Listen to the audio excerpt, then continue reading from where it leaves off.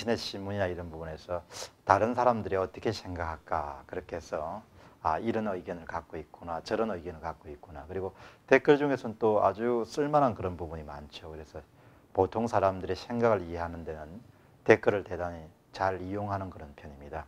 그런데 이렇게 댓글을 볼 때마다 제가 갖게 되는 생각은 한국 사람들은 참 자기 주장이 강하다는 생각이 들어요.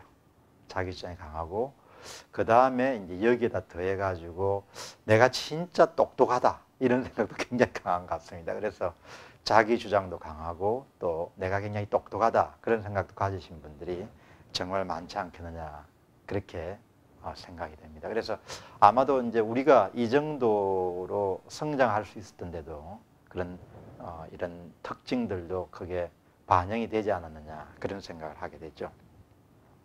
근데 이제 보통 생업에 바쁘신 분들은 댓글을 아주 상세하게 달기는 힘듭니다. 그런데 이제 조금 시간적 여유가 있고 또 사회에 대한 그런 의견을 이렇게 발신하기를 좋아하시는 분들은 비교적 댓글을 굉장히 상세하게도 달죠. 그런데 댓글을 볼 때마다 이제 이렇게 인신에 대한 그런 공격성 그런 글들을 참 많이 보게 됩니다. 그런 면을 볼 때 나는 이제 우리가 어떤 경우든지 간에 댓글을 쓸 때는 좀 지적으로 약간 겸손할 필요가 있지 않겠느냐 그런 생각을 하죠. 그러니까 우리가 항상 그 갖고 있는 지식이라는 정보의 양은 한정돼 있고 또 그와 한정된 그런 지식과 정보를 바탕으로 타인의 의견에 대해서 이제 비평을 가하는 거죠. 그러면은 아하고 어가 참 다르죠.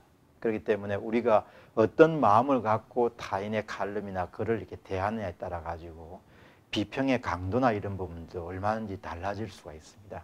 그래서 조금 아쉬운 부분은 좀 더 젊은 사람들일수록 지적인 그런 겸손함 이런 부분들이 필요하지 않겠느냐 그런 생각을 하게 되죠.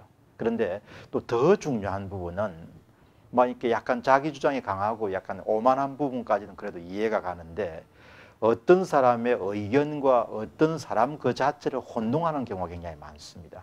그래서 예를 들면 A씨에 대한 이야기를 동의하지는 않을 수 있지만 A씨를 미워할 필요는 없다는 거죠. 그러니까 의견과 사람을 혼돈하는 그런 부분들은 우리가 반드시 피해야 되지 않겠느냐 그런 생각을 하게 되죠. 그래서 토론이라든지 글쓰기 훈련을 많이 시키는 미국과 같은 경우에는 아이들이 이렇게 소통, 커뮤니케이션을 해 나갈 때 아주 강조하는 부분 가운데 하나는 사람과 그 사람이 만든 의견을 분리해서 이해하는 것.